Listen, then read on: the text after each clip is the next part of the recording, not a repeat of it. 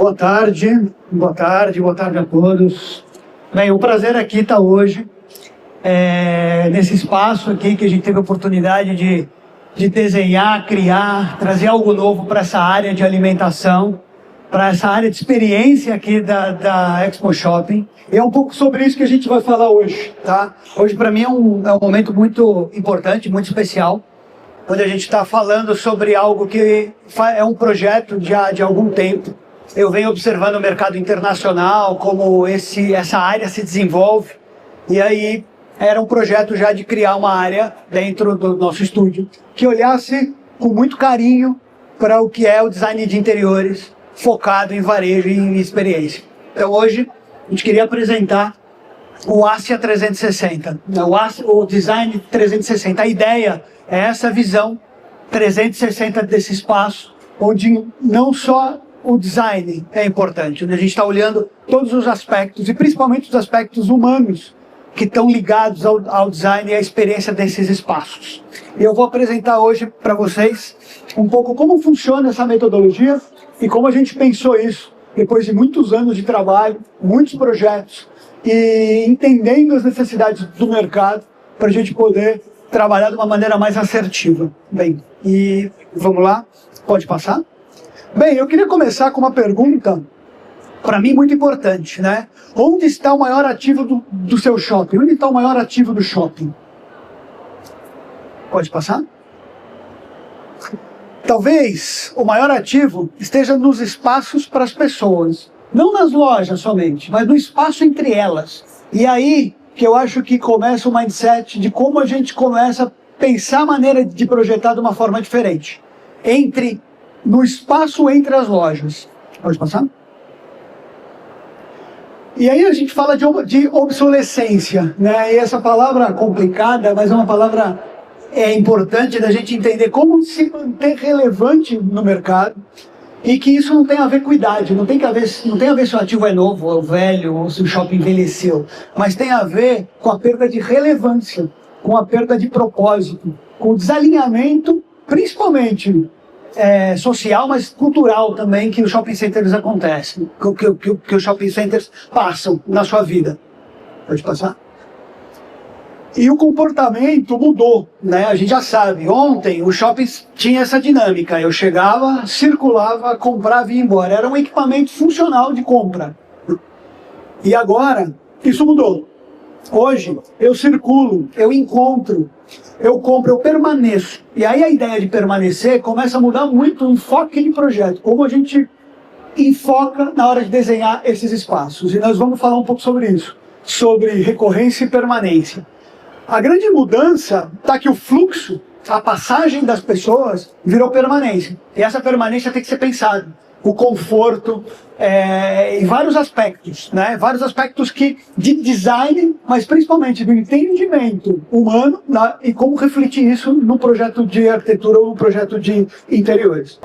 E a isso a gente desenvolveu uma metodologia de medição, que a gente chama PRV, que olha para 3 aspectos importantes do projeto, tá? Permanência, ou seja, quanto tempo o cliente, o quão relevante é o projeto para a pessoa ficar mais tempo lá dentro. Recorrência, quantas vezes essa pessoa volta, quantas vezes o cliente volta, né? Nós falamos aqui sobre a questão dos dados e a questão da tecnologia, como a tecnologia começa a controlar. Antes a gente contava quantas pessoas passavam pelo mall. Hoje a gente tem que saber quem é, para saber se ela está voltando, quanto tempo ela ficou. E isso muda a maneira de pensar, e isso para nós começa a ser dados para o projeto, né? E por último, eu acho que o mais importante está no topo dessa pirâmide, é o valor. Que valor tem no centro comercial? O que é atrativo? A gente fala muito de experiência, de destino. O que faz desse centro comercial ter valor e ser atrativo? E dentro dessa metodologia a gente mede quanto o empreendimento está chegando nesses pontos, quanto que ele tem de permanência, recorrência e valor, e trabalha em ampliar essas áreas dentro das áreas comuns. E a partir daí melhorar a eficiência, não só design, mas sim melhorar a eficiência para poder reter essas pessoas e fazer com que elas voltem. E o espaço entre lojas é o diferencial competitivo que que não está mais nas áreas locáveis, cada vez mais está na experiência das áreas comuns. Então, quer dizer, antes, e eu acho que a loja e a comercialização e o aspecto comercial é um lado e o nosso lado é outro, de como pensar o espaço entre elas. E hoje nós estamos dentro dessa ideia. Isso aqui é um laboratório. A gente com a Brás teve a oportunidade de criar esse laboratório. Eu nunca vi num evento da Brás um espaço de alimentação com tanta gente. Então aqui a gente tem gente conversando, tem gente descansando, tem gente carregando o celular, encontrando um amigo, tomando um café, trabalhando. E isso que se trata, esses espaços. Esse laboratório que a gente está aqui, e esse projeto foi exatamente isso, criar esse laboratório, de entender como esse espaço de permanência e recorrência vira um ponto dentro como a feira poderia ser comparado a um shopping, onde você tem a questão funcional dos estandes, do evento, do congresso, mas esse é o espaço de encontro. E é isso que a gente está testando aqui, com uma metodologia de trabalho onde a gente aplica nesse espaço. E a ideia desse espaço, a gente criou aqui um projeto que trata 4 momentos, desconstruindo a ideia da praça de alimentação como função de alimentação para um lugar que eu posso estar, eu posso brincar, eu posso trabalhar e, além disso, comer. Ou seja, eu amplio a funcionalidade desses espaços através do design, através da arquitetura, através da escolha do mobiliário, através do layout, através de outros elementos que a gente vai falar um pouco aqui, que compõem esses espaços, que nos convida a vir e a ficar. E agora eu vou entrar no que é o design 360, o que é essa metodologia que a gente criou depois de muitos anos fazendo esse tipo de trabalho. É um sistema de design de experiência para centros comerciais. E o design não é só forma, né? O design é comportamento. E a gente trata isso nos projetos, isso vai além de pensar o espaço físico. E esse sistema, né? Esse sistema criado, ele trabalha com essas 3 áreas. São 3 camadas, 5 princípios e 5 movimentos desse método. E eu vou falar um pouco deles aqui. A camada 1 é o comportamento.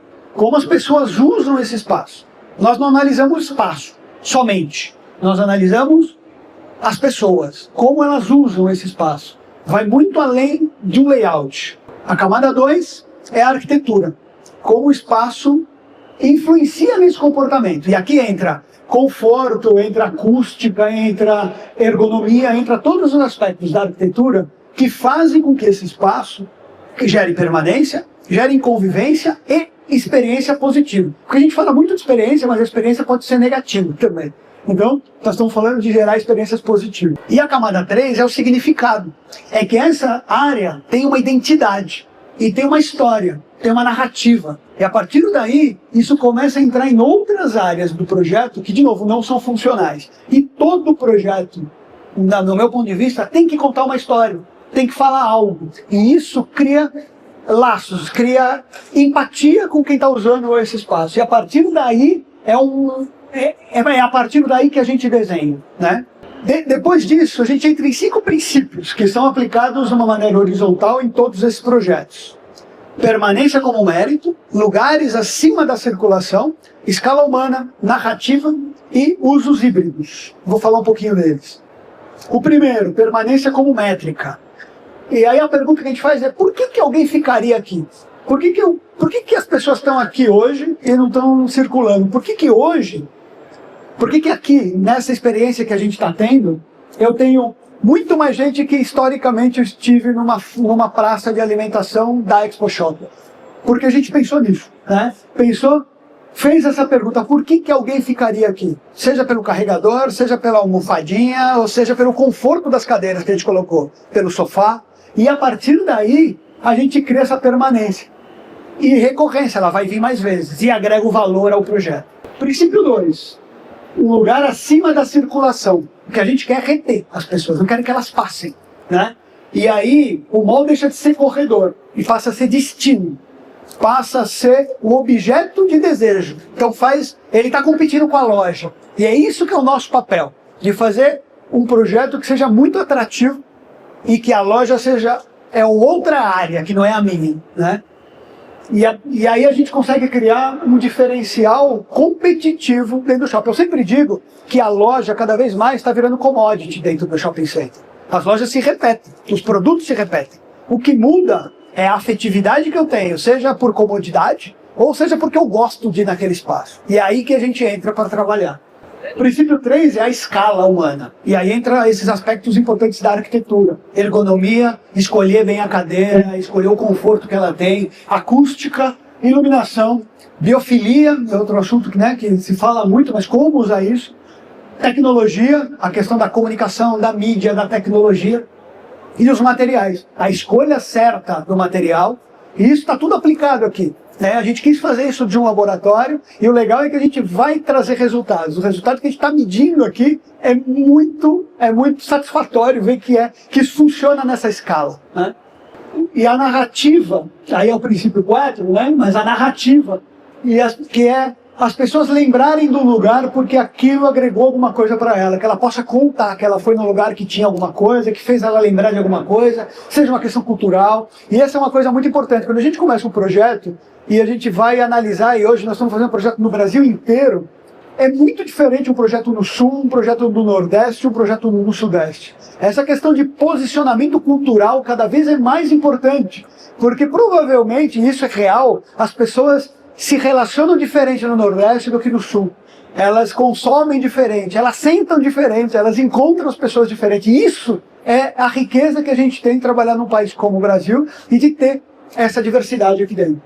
A hibridização, então seria o próximo 5, e aí é juntar, é o que nós fizemos aqui. Então é um espaço que não é só de comer, comer é o funcional. Eu posso trabalhar, eu posso encontrar, eu posso descansar, eu posso celebrar, eu posso fazer. Ontem a gente estava aqui celebrando, né, o jogo do Brasil e aqui vendo e vivendo isso. E isso é uma atividade que está muito ligado a essa ideia de criar um lugar, de transformar um espaço de comer em um lugar desejável, para a gente poder criar sensações. E provavelmente eu sou um deles que vou sair daqui com uma recordação, vou sair daqui com uma memória de que eu tive, de que eu vi, e talvez os 3-0 valha, mas o mais importante é essa emoção de estar todo mundo aqui no mesmo espaço, compartilhando isso. E eu acho que essa ideia de misturar é muito importante para esse projeto. E depois, por último, os 5 movimentos. Aí a gente entra na parte da metodologia. Isso está desenhado em cima da ideia do design thinking, onde você tem um processo de trabalho de cocriação, onde eu gero, colaboro, prototipo e entrego algo alinhado com o que eu tô, o que o cliente quer, o que o usuário precisa e o que o espaço necessita. Então a gente passa por essa jornada de entender, de interpretar, imaginar, materializar e ativar. Eu vou falar um pouquinho disso. Esses 5 movimentos começam a entender, começam a visitar, entender as pessoas, quem quer geograficamente, as pessoas que... Como que eu posiciono aquilo, entendendo onde eu estou. Nenhum lugar, nenhum projeto é igual ao outro. E é a partir daí que a gente identifica isso. E hoje a gente tem métricas e métodos para poder fazer isso em loco. E entender isso de uma maneira muito objetiva. Então é observar antes de projetar. O movimento 2 é interpretar e imaginar. Aí é a parte criativa, onde a gente abre as possibilidades e traz muitas ideias.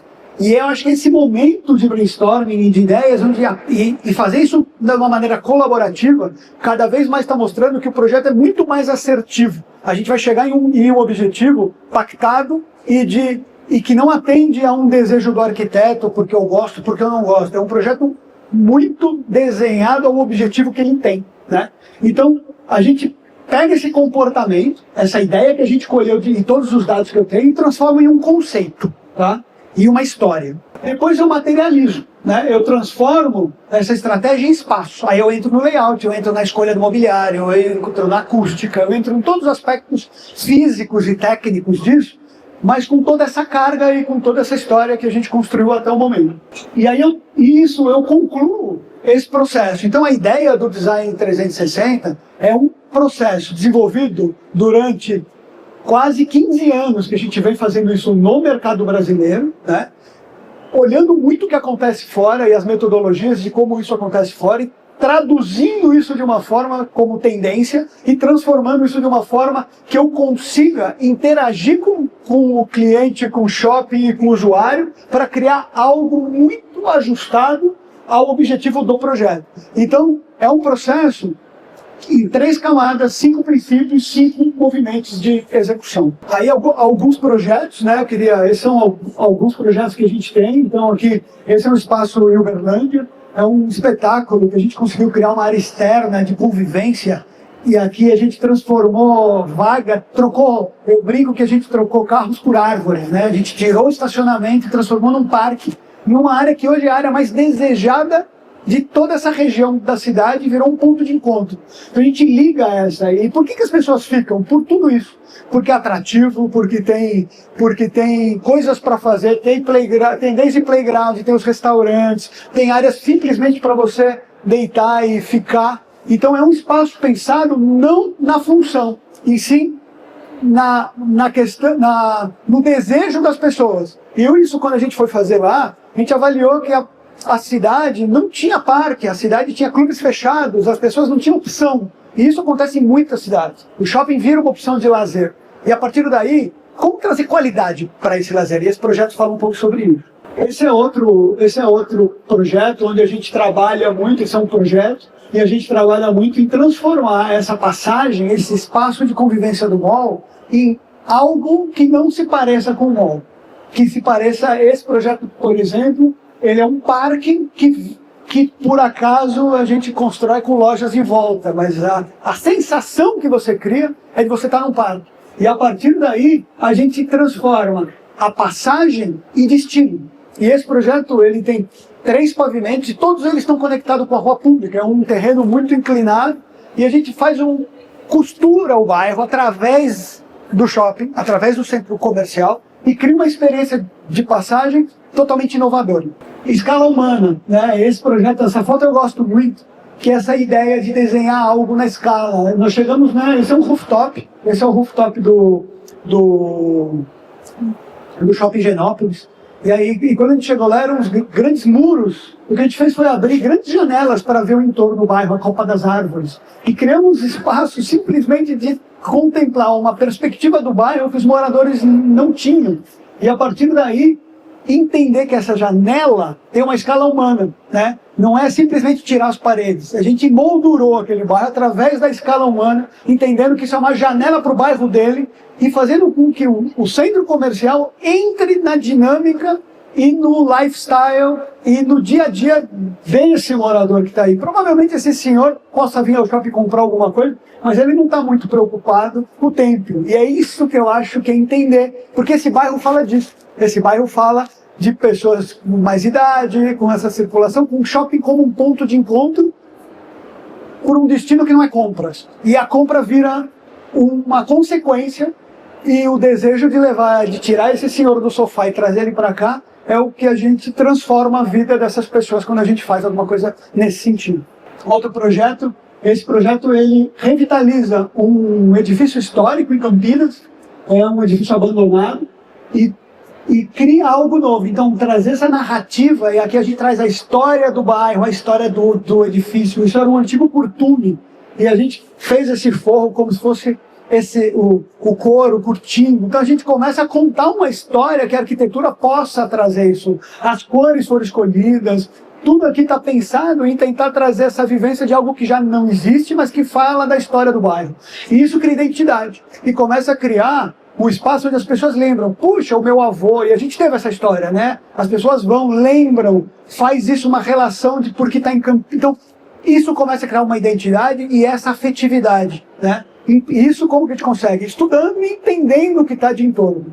E por último, essa ideia de criar espaços híbridos, né? Espaços, por exemplo, essas grandes áreas que são áreas estar, podem ser áreas de exposição, mas são áreas de eventos, praças que estão pensadas para ter tanto evento de música. Aqui, por exemplo, essa praça, a gente está pensando em acústica, em estrutura para fazer eventos. Então, esses espaços começam a fazer das áreas de praça Ou seja, transformar a praça de eventos de um mall na praça de encontro do bairro, na praça de encontro da comunidade. E aí entra num ponto muito legal, que é, eu converto a atratividade dos clientes na geração de comunidade.